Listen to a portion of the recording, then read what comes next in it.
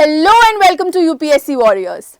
This is Nandini who is here with a topic that is of prime importance in the current paradigm. Why? Because Gujarat has recently faced a tropical cyclone. Hence, I felt the need of discussing it because not everyone is well versed with the idea of tropical cyclones. So, in today's lecture, we are going to explicitly talk about tropical cyclones, cyclones for that matter, and then we will be moving forth as to how the formation occurs, what are the conditions that are required, and the naming of the cyclones. Starting up with the introduction of cyclones. So, cyclone as a word has a Greek origin. It has originated from the word cyclos, which means coil of snake. So, in order to make it easy for all of you to understand, let me tell you that whenever a snake sits, like it sits in the length, it goes spiral around. That's pretty much what the cyclones are. They are the structures that are spiral in nature. They go like this. And how they are created, what are they, what happens here, we are going to explicitly deal with it. In order to introduce you all briefly with what all type we have, then the type of cyclones that we have are tropical and temperate. This is basically on the basis of the region that they occur. But why don't we have a cyclone on equator? We'll surely be discussing that as well. So, cyclones, as I said, they occur in different regions, as in it is not a phenomena that sticks to one region only. It occurs in Atlantic Ocean, Pacific Ocean, everywhere where there is tropics and temperate zones, there would be cyclone. And that's what we are going to talk about here, is in different zones, cyclones are known differently. In our Indian Ocean, we refer to it as cyclones. In Atlantic Ocean, it is known as hurricanes. In Western Pacific, typhoons, willy-willies in Western Australia, so on and so forth. Hence, we cannot confine the term that, okay, what is accepted here does not function at some other place. So, that is one such information that you all should know. Why? Because UPSC can ask it in the form of a one marker objective question. It can go ahead and ask you as to where cyclone is called what and where the phenomena is addressed as such. So, it can deal with it because cyclones as such is a very favorite topic of the commission. Now, talking about tropical cyclones explicitly. So, tropical cyclone, as the name itself suggests, it occurs in the tropics, right? What happens here? It is very important to understand what happens here is, while we talk about cyclones, specifically in tropics, they are the spiral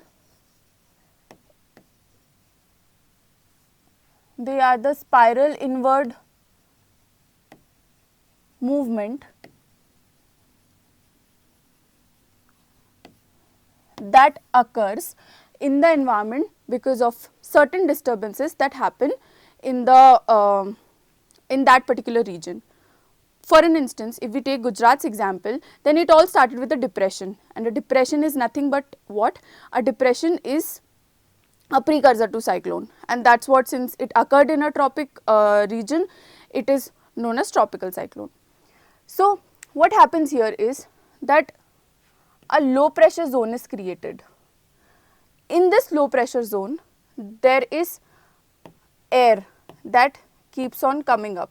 Like we all know, like via geography of course, that air tends to move always from a high pressure area to a low pressure area. And that's what is happening here, because a low pressure area zone is created here, air is attracted from all the directions. While this air is attracted, this air starts to move upwards. I'll use a different color pen for this. The air starts to move upwards.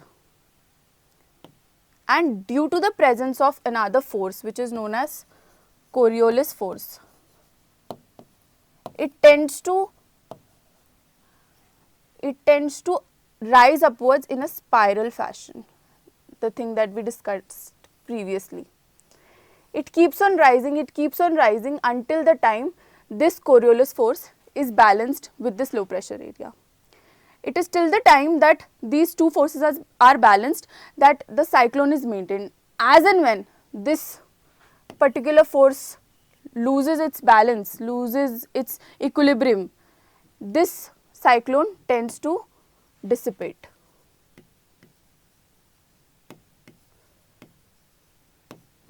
This cyclone is maintained because of certain factors that we are going to discuss in the next slide. While we spoke about the equator factor, then let me tell you, as we discussed even the Coriolis force here, let me tell you that near equator or on the equator, there is no Coriolis force. And since there is no Coriolis force, cyclones do not occur at all at any point of time. You cannot even think that at some point of time Coriolis force will come or say cross the equator. No, that condition will not arise ever, and hence there can be no condition wherein we can have equatorial cyclones. Therefore, there is no concept such as equatorial cyclones.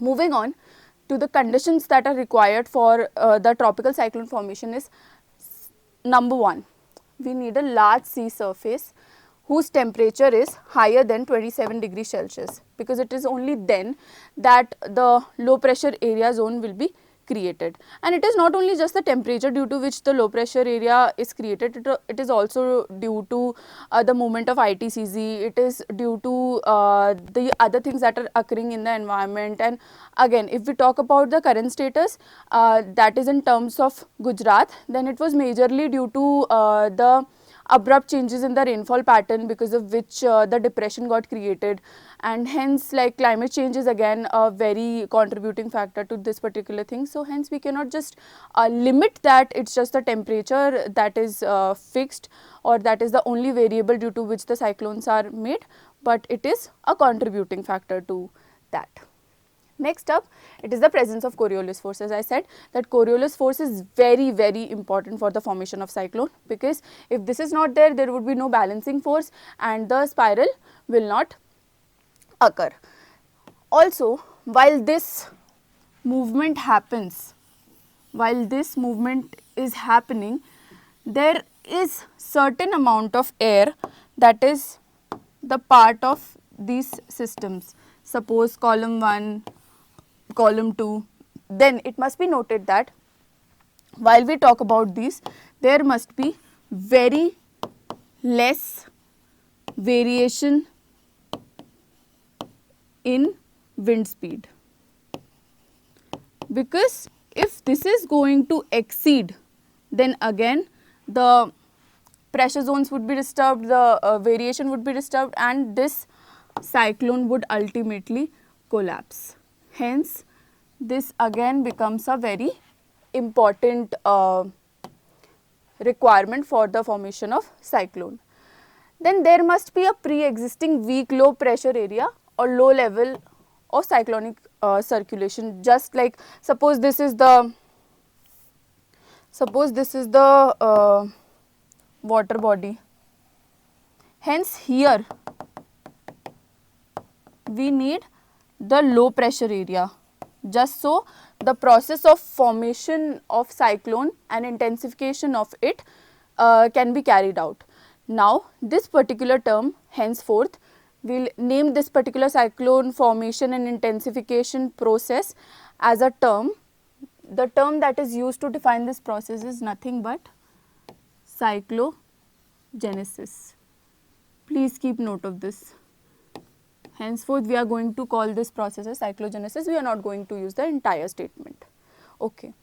Moving on, there must be upper divergence above the sea level, just so the air could rise up, because if the upper movement is not there, then the divergence will not happen, and then we will not be able to talk about what we are going to talk about now. Supposedly, we are going to quickly understand this with a schematic diagram. Supposedly, this is the low pressure zone. This low pressure zone is basically known as the I, and from here only the entire cyclogenesis starts. This is the low pressure zone and the air slowly starts to move upwards. It is moving upwards.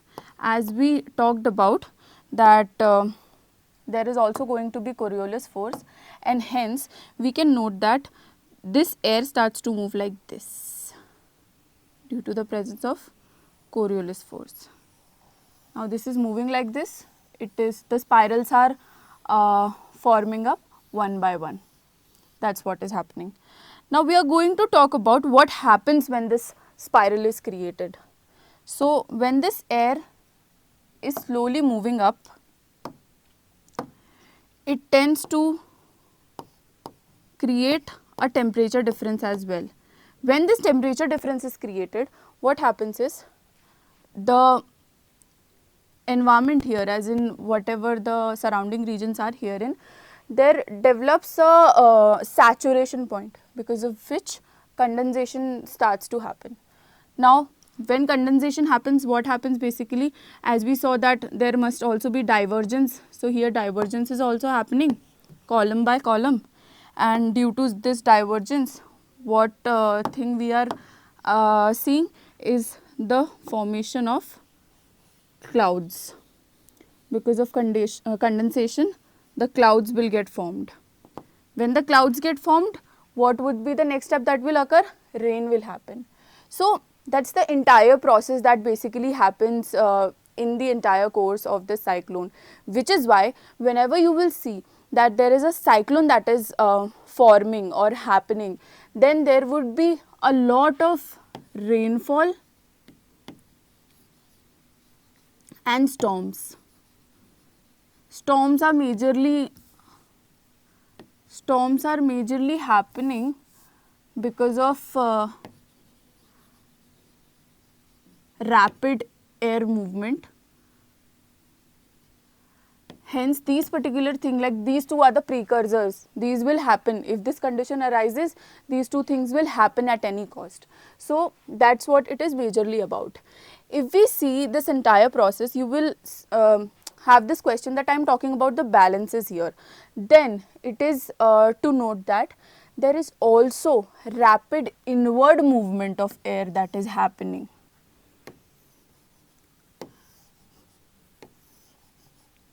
And this basically keeps on going, which kind of maintains this entire situation at all times, and that's when we talk about it, that the cyclone has finally occurred. Now there is one more important thing that happens in case of cyclone. It is naming, and naming is majorly done by the World Meteorological Organization. What it does is it divides the regions and it tends to give the responsibility to that particular region to name it. Now all the countries as such maintain a list. So starting from Bangladesh, I guess,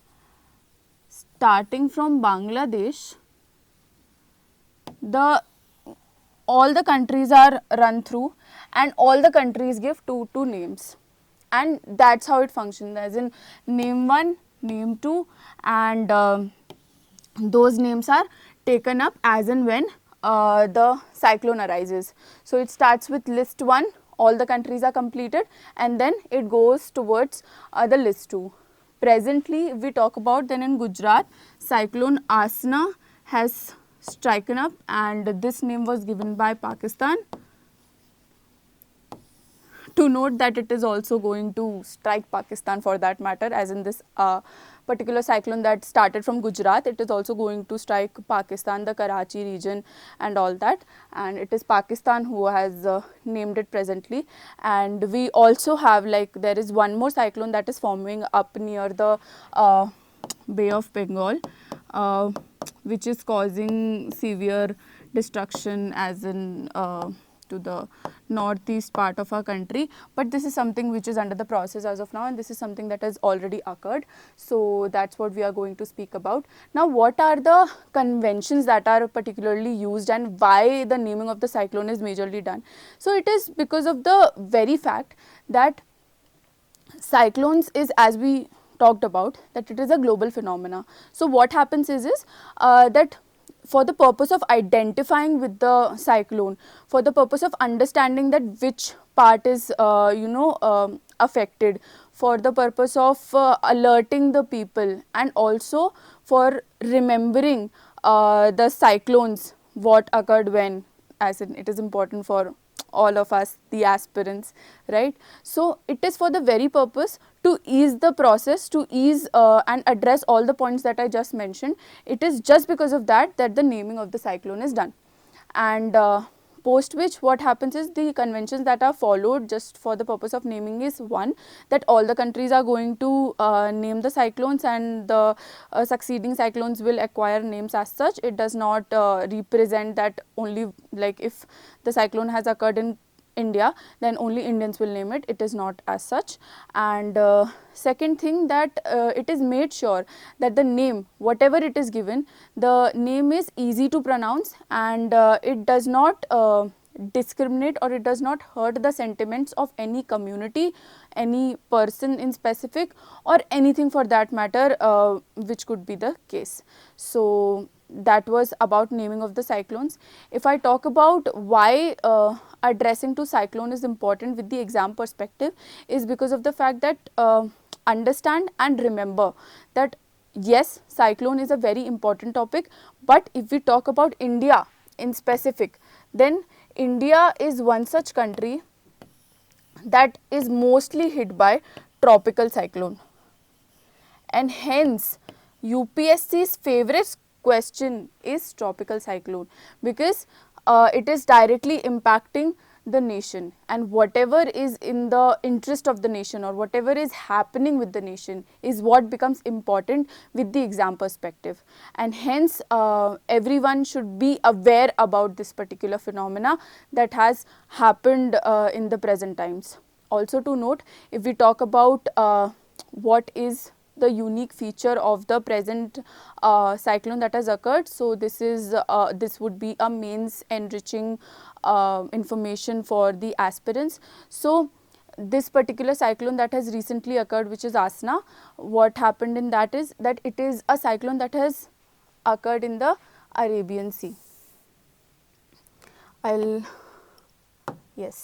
So that has occurred in the Arabian Sea, and majorly it is seen that in our country most of the cyclones occur in the Bay of Bengal, and this is like post 80 years this particular phenomena has happened. And also one more additive to it is that this cyclone is a rare event for the very fact that this cyclone started from land.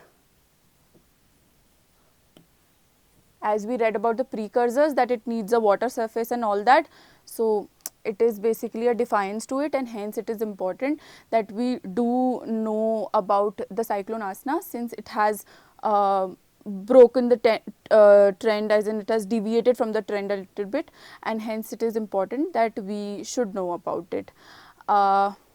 With that, I am here signing off. Oh God, I think I need to record this, re-record this. Stop it and I'll record the final part again.